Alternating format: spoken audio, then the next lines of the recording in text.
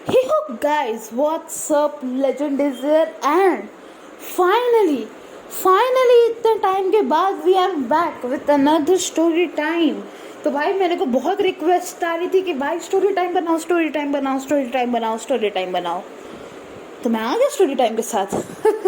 सो आज की जो स्टोरी है उसमें मैं बताने वाला हूँ कि मेरे साथ मेरी ज़िंदगी का सबसे पहला स्कैम कैसे हुआ था। जी हाँ भाई और बहनों, आज हम बात करने वाले हैं दुनिया के सबसे बड़े स्कैम की। तो वीडियो आगे चल के काफ़ी इंटरेस्टिंग होने वाली है, तो इससे पहले लाइक कर दो यार, और चैनल पर नए हो तो सब्सक्राइब कर दो। साल के एंड तक हमें 300 सब्सक्राइबर्स तक पहुँचना है। काफ़ी इंटरेस्टिंग वीडियो होने वाली है। So let's begin. तो हम जैसे जैसे कहानी में आगे बढ़ते जाएंगे, मैं आप लोगों को कुछ जो कैरेक्टर्स हैं स्टोरी के उनको इंट्रोड्यूस करवाते रहूँगा, लेकिन सबसे मेन कैरेक्टर की बात करते। जी हाँ दोस्तों, इस कहानी के विलन की, जिसका नाम जी हाँ आपके स्क्रीन पर डिस्प्ले हो रहा है, हाँ हम उसे यही बुलाते हैं, स्मॉल ब्रेन स्लैश डम्बो या एपिक। आई नो ये काफ़ी अजीब नाम है, बट उसे हम इस वीडियो के लिए डम्बो बुलाएंगे। तो ये कहानी की जो सेटिंग है वो है जब मैं था सेकंड या फिर थर्ड क्लास में। तो हुआ यूँ था कि जब मैं थर्ड क्लास में था, सितंबर का महीना चल रहा था, और मैं अपनी कॉपी में पेंसिल इतनी रगड़ा, इतना काम किया, मैं कितना मेहनती था, याद आ जाते वो दिन। तो इतना काम किया कि वो कॉपी भर गई। ठीक है, जब वो कॉपी भर गई तो मैंने मैम से पूछा कि मैम मेरी कॉपी भर गई है, अब मैं किस में लिखूं। तो मैम ने कहा बेसमेंट में स्कूल की लाइब्रेरी है, वहाँ से जा कर के तुम कभी भी ले सकते हो। तो मैंने यही सेम बात अपनी मम्मा को बताई। मेरी मम्मा ने कहा ठीक है, ये ले 50 रुपये, कल जाके अपने लिए नई कॉपी ले लेना। तो अब शायद थोड़ा थोड़ा कुछ लोगों को समझ में आ रहा होगा, लेकिन रुको, आगे का तो पहले एक्सप्लेन करने दो। इन सब के बाद अगले दिन मैं गया उस लाइब्रेरी में डम्बो के साथ, और फिर मैंने वहाँ से अपने लिए एक नई इंग्लिश की कॉपी ले ली, नोटबुक।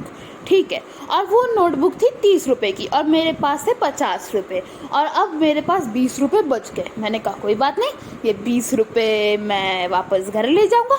लेकिन अब भैया दोस्त किस काम के लिए होते हैं? तुम्हें डुबाने के लिए तो होते हैं। तो मेरे उस दोस्त ने कहा, डम्बो ने कहा कि मेरे भाई तेरे पास 20 रुपये बच गए हैं, तो एक काम करना, इससे कैंटीन में चल पैटीज़ खरीद लेते हैं। मैंने कहा पैटीज़ क्या होता है? कहता है चल खिलाता हूँ, मज़ा आएगा। मैंने कहा अच्छा ऐसा होता है, ठीक है खा लेते हैं हम भी।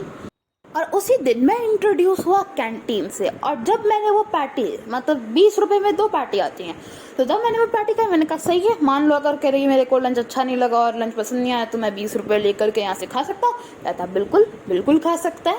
तो ये सब हुआ, फिर मैं गया घर जाने के बाद मेरी मम्मा ने बोला नोटबुक खरीद ली? मैंने कहा जी हाँ मैंने बिल्कुल खरीद ली। फिर कहता कुछ पैसे बचे? मैंने कहा कि अगर मैंने बताया कि मैंने स्कूल से कुछ और खाया और अपना लंच के साथ साथ कुछ और मैंने खाया तो मम्मा डांटेगी। मैंने कहा हाँ नोटबुक 50 रुपये की थी। वो कहती कि काफ़ी महंगा है। मैंने बोला हाँ महंगा स्कूल है, महंगी नोटबुक, हम क्या करें। तो इस बात से मैंने उस दिन ये टॉपिक क्लोज कर दिया था। अब बढ़ते हैं आगे क्या हुआ, और रुको, असली मुश्किल तो अब शुरू होने वाली है। तो इन सब चीज़ों के बाद मेरी दूसरी नोटबुक भी जो थी शायद हिंदी की, वो भी भर गई। तो मैंने मम्मा को कहा मम्मा थोड़े पैसे दे दो, नोटबुक खरीदिए। मैंने कहा अच्छा पैसे चाहिए? मैंने कहा हाँ। मैंने कहा एक सेकेंड, इस बार 50 रुपये नहीं 70 रुपीज़ देना, क्या पता स्कूल की प्राइसेस बढ़ गई हो। मेरी मम्मा ने कहा ठीक है ले ले 70 रुपीज़। मैंने कहा ठीक है, and you guessed it right, मैंने 70 रुपीज़ से 30 रुपीज़ की नोटबुक खरीदी और बाकी के 40 रुपये अपने दोस्तों को पार्टी दे दी। आज भी मुझे दुख होता है कि मैंने उन नल्लों को पार्टी क्यों दी। या और घर आकर के हमने यही बोला कि नोटबुक 70 रुपीज़ की हो गई। कहती हैं नोटबुक कितनी जल्दी महंगी भी हो गई? मैंने कहा हाँ बिल्कुल महंगी हो सकती है, महंगा स्कूल है, प्राइसेस कभी भी ऊपर नीचे हो सकती है ये। और बल्कि असलियत क्या थी कि मैंने अपने नल्ले दोस्तों को 40 रुपये की कैंटीन में पार्टी दी थी। या एपिक। और फिर इसके बाद ऐसे ही मेरी नोटबुक बढ़ती गई और मेरी प्राइसेस महंगी होती रही। फिर मैंने अगली बार बोला कि 80 रुपये दो, और फिर मैंने बोला 80 रुपये की नोटबुक है। फिर मैंने कहा कि 90 रुपये दो, और फिर मैंने घर के आके बोला कि 90 रुपये की नोटबुक है। और अब रुको, मैंने कहा 100 रुपये दो, और घर आके बोला कि 100 रुपये की नोटबुक है, और बल्कि जो बचे हुए पैसे थे वो कहाँ पे जा रहे थे? जी हाँ भाई और बहनों, वो जा रहे थे मेरे दोस्तों की पार्टी के अंदर। या हम दोस्त पार्टी कर देते हैं। एक टाइम के लिए मैं उनका सप्लायर माना जाता था, पार्टी सप्लायर, एपिक। और घर आके मेरा सबसे बड़ा बहाना क्या होता था कि जी हाँ महंगा स्कूल है, कभी भी प्राइस महंगी हो सकती हैं। ये इन सब चीज़ों के बाद आया वो प्राचीन दिन जिसे मानव इतिहास में पेरेंट टीचर मीटिंग उल्फ पीटीएम कहते हैं। पीटीएम के दिन सब कुछ ठीक ठाक चल रहा था, मतलब क्लासेस में टीचर्स बोल रही थी हाँ अच्छा है, परफॉर्मेंस अच्छी है, थोड़ा टॉकेटिव है, बट सब कुछ अच्छा है। और फिर उसके बाद हम स्कूल से निकलने लगे, तब मेरी मम्मा ने कहा कि तेरी आर्ट फाइल लेनी थी। मैंने कहा हाँ मैं लेके आता हूँ। कहती नहीं मैं भी चलती हूँ, और अब मैं तेरे एक बार बुक वेंडर से पूछूंगी कि क्या आपकी प्राइजेस महंगी होती रहती है। ये सुनने के बाद लिटरली मेरा दिल मेरे मुंह में आ गया था। फिर उसके बाद जब हम उस बुक वेंडर के पास आर्ट फाइल खरीदने गए, मेरी मम्मा ने आर्ट फाइल खरीदने के बाद वो मनहूस सवाल उस बुक वेंडर से पूछा कि भैया क्या आपकी प्राइजेस उठती बैठती रहती है? उन्होंने कहा नहीं मैम, हमारी प्राइस तो एक नोटबुक की 30 रुपीज़ है। और फिर मुझ जैसे वीर 7 8 9 साल के बालक ने बोला नहीं भैया, उस दिन मैं आया था, आपने बोला 50 रुपीज़, फिर बोला 70, फिर बोला 80, फिर बोला 90, फिर बोला 100। उन्होंने कहा नहीं बेटा, हो सकता है आपको थोड़ी गलत फहमी हो रही हो, ऐसा नहीं होता है। फिर मेरी मम्मा ने पूछा कि तेरे साथ कौन आया था बुक लेने के लिए? मैंने कहा वो डम्बो आया था। तो मम्मा ने बोला कोई बात नहीं, मैं डम्बो और उसकी माँ से बात कर लूँगी। मैंने कहा ओह शिट, मैं तो अब बुरा वाला फंस गया। एंड गेस व्हाट, स्कूल से बाहर निकलते निकलते स्कूल के गार्डन स्लैश पार्क में स्विंग्स के पास डम्बो और उसकी मम्मा खड़ी हुई मिल जाती हैं। इसके बाद मेरी मम्मा की डम्बो की मम्मा के साथ थोड़ी सी चिट चैट शुरू हो चुकी होती है, और मैं डम्बो के साथ थोड़ा दूर खेल रहा होता हूँ। तो यहाँ पे मैं अपना बिग ब्रेन शुरू कर देता हूँ, अपनी प्लानिंग शुरू कर देता हूँ। और फिर मैं देखता हूँ डम्बो के पास एक बॉल है, तो मैं डम्बो स्लैश स्मॉल ब्रेन की बॉल लेता हूँ, कहीं दूर फेंक देता हूँ, कहता हूँ जा जाके बॉल लेके आ। और हमारे स्विंग्स में एक पतली सी रॉड होती है जिसपे तुम्हें बैलेंस करके चलना होता है। तो इससे पहले कि मेरी मम्मा पूछती कि बुक्स की प्राइस क्या है, मैं उसके ऊपर चढ़ा, जानबूझ के अपना पैर फिसलाया और अपनी कमर तोड़ लिया, जिसकी वजह से बाल बाल में बचा। एक झूठ को छुपाने के लिए कितना दर्द सहना पड़ा था मुझे, क्या ही बताऊं क्या था वो, मैंने ऐसा क्यों किया था उस टाइम।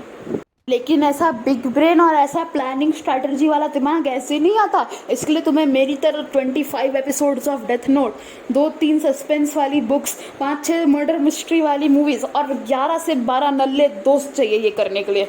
सच्ची बता रहा हूँ, अगर तुम्हारे पास ये सब है ना बेटा, तुमसे बड़ा डिटेक्टिव कोई नहीं इस दुनिया में, और कोई तुमसे बड़ा बिग ब्रेन प्लानर कोई नहीं है। हाँ, इन सब चीज़ों के बाद ये पीटीएम ख़त्म हुई। और अब तुम्हें क्या लगता है, मतलब मैंने ये 50, 60, 70, 80, 90, 100 वाली चीज़ें ख़त्म कर दी? अजय घंटा, अरे ऐसे ही थोड़ी ना इंसानों का नाम बदनाम है कम्युनिटी में। फिर से मैंने यही सब बकवास की 50, 60, 70, 80, 90, 100 वाली, और फिर से आया वो मनहूस दिन पीटीएम। और ये वाले पीटीएम ने मेरे लिटरली एल लगा दिए थे। उस वाली पीटीएम में भी वही टीचर्स ने बोला काफ़ी अच्छा है, थोड़ा टॉकेटिव है, थोड़ा नॉटी है। और फिर उसके बाद अब मेरी मम्मा फिर से गई उस बुक वेंडर के पास, और फिर से उस बुक वेंडर से पूछा कि भाई आपकी प्राइस बढ़ती रहती है क्या? तो उन्होंने कहा नहीं मैम, हमारी प्राइस नहीं बढ़ती है, हमें तो कोई बच्चा अगर 10 रुपये ला के दे दे तो हम उसे नोटबुक दे दे। मैम आपको लगता है हम झूठ बोल रहे हैं? तो मेरी मम्मा ने कहा नहीं आप झूठ तो नहीं बोल सकते। मैंने कहा भाई साहब ये क्या हो चल रहा है, इस बार तो मैं पक्का गया है ना। तो ये सब हुआ, और इसके बाद मेरी मम्मा मेरे को पार्क में ले जाकर के स्कूल के आराम से बैठाया, और फिर डिटेक्टिव और क्रिमिनल की बातचीत वार्तालाप शुरू हुई। मेरी मम्मा ने बिना टाइम वेस्ट किए सीधा सीधा मुझे बोला कि सच सच बता दे, क्योंकि स्कूल वाले ऐसा स्कैम तो बिल्कुल नहीं कर सकते, स्कैमर तू ही है। अब सच सच बता दे, वरना मैं जो तेरी स्कूल की हेड मिस्ट्रेस हैं उनके पास जाऊंगी, उनका लाई डिटेक्टर लूँगी और फिर सारा सच निकाल दूंगी तेरे में से। और उस टाइम तो मैं बालक था, मुझे पता नहीं था कि लाई डिटेक्टर को यूज़ करने के लिए तुम्हें कोर्ट से परमिशन चाहिए होती है। और मैं वहाँ पे डर करके सब कुछ बता गया। और यहाँ पे सब कुछ से मेरा मतलब था जब डम्बो ने मेरे को बोला था कि इतने रुपए से तू पार्टी खरीद ले। वो जो पार्टीज मैंने दी थी और वो जो मैंने स्कैम किया था, आहा, ऑलमोस्ट 500 से 1000 रुपये का मैंने, नहीं 500 से 1000 ज़्यादा हो जाएगा, 500 से 550 रुपये का जो स्कैम किया था ना, वो सब बता दिया मैंने। और अब कंक्लूजन तो सभी को पता है, गुनहगार को सज़ा तो मिलती ही मिलती है। इसके बाद हम गए घर, और घर जाने के बाद मम्मा पापा दोनों ने मिलके जो कुटाई की थी, आहा, स्वाद आ गया था लिटरली। आज के बाद ऐसा स्कैम ज़िंदगी में कभी नहीं किया। कुछ खाना भी होता तो पहले 10 बार पूछता था, ले लो ना, बाद में ये तो नहीं कहो कि स्कैम किया है तूने, बोला ले ले। और फिर उसके बाद आराम से, मतलब अपने दोस्तों को कभी पार्टी देनी होती थी तो देता था, तो कभी कुछ करना होता तो कुछ करता था। उसके बाद मैंने आज तक स्कैम नहीं किया। उस मार के बाद मैंने हाथ जोड़ दिया। आज तक अब से अपने दोस्तों की बातें नहीं सुनूंगा, स्पेशली उस डम्बो स्मॉल ब्रेन की। उसको मैंने उसी टाइम नल्ला घोषित कर दिया था, दुनिया का सबसे बड़ा नल्ला। उसे मेरी बद्दुआएं हैं कि उसके साथ ज़िंदगी में सबसे ज़्यादा स्कैम होंगे। इतना बड़ा स्कैम हुआ था मेरे साथ, मतलब लिटरली मेरे साथ एक स्कैम हुआ भी और मैंने स्कैम किया भी। तो it was very strange type of story. इसलिए ये स्टोरी को मैंने चूज़ किया आप लोगों को सुनाने के लिए। बहुत स्ट्रेंज स्टोरी थी, आई नो, और काफ़ी एपिक भी थी शायद। लिटरली वो जो मार खाई थी ना, आज तक याद है। वो मेरी पहली मार थी जो मैंने खाई थी, तो इसलिए अब से मैंने स्कैम करना बंद कर दिया था। और डम्बो से तो मैं बहुत नाराज़ था।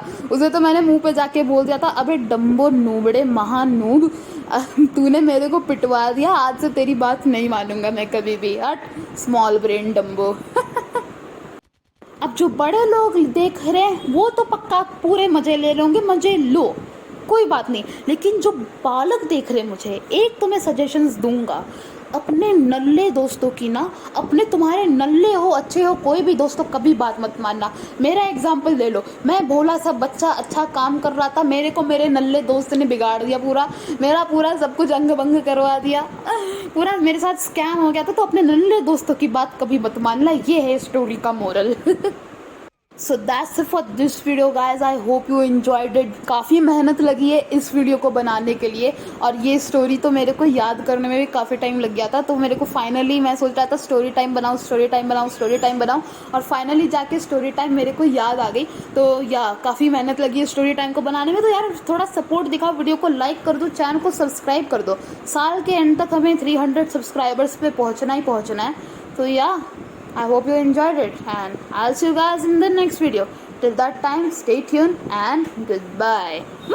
Bye. मिलती हैं अगली वीडियो में। Bye. चलो यार guys, bye.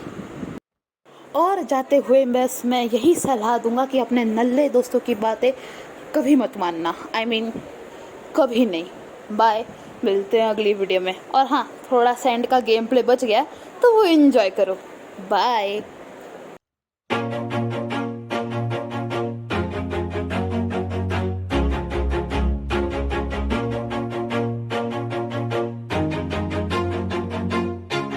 Always do it on my own, so I gotta get through it. And the only thing I know is to love what I'm doing. Never give up, never slow, till I finally prove it. Never listen to the no's, I just wanna keep moving. Keep my head up when I act, head up, that's a fact. Never looking back, I'ma keep myself on track. Keep my head up, staying strong, always moving on. Feel I don't belong, tell my thoughts to move along. Push myself to be the best, die with no regrets. Live with every breath, see my message start to spread. And I had so many dreams, then you hit your teens. Life ain't really what it seems, try to find out what it means. Always do it on my own, so I gotta get through it. And the only thing I know is to love what I'm doing. Never give up, never slow, till I finally prove it. Never listen to the no's, I just wanna keep moving. Yeah, I put out all this art, it's my only medicine. Yeah, everything I do, I'm just being genuine. Yeah, I'm sick of being screwed, feel my own adrenaline. Yeah, I do just what I do, and I hope you let me in, yeah.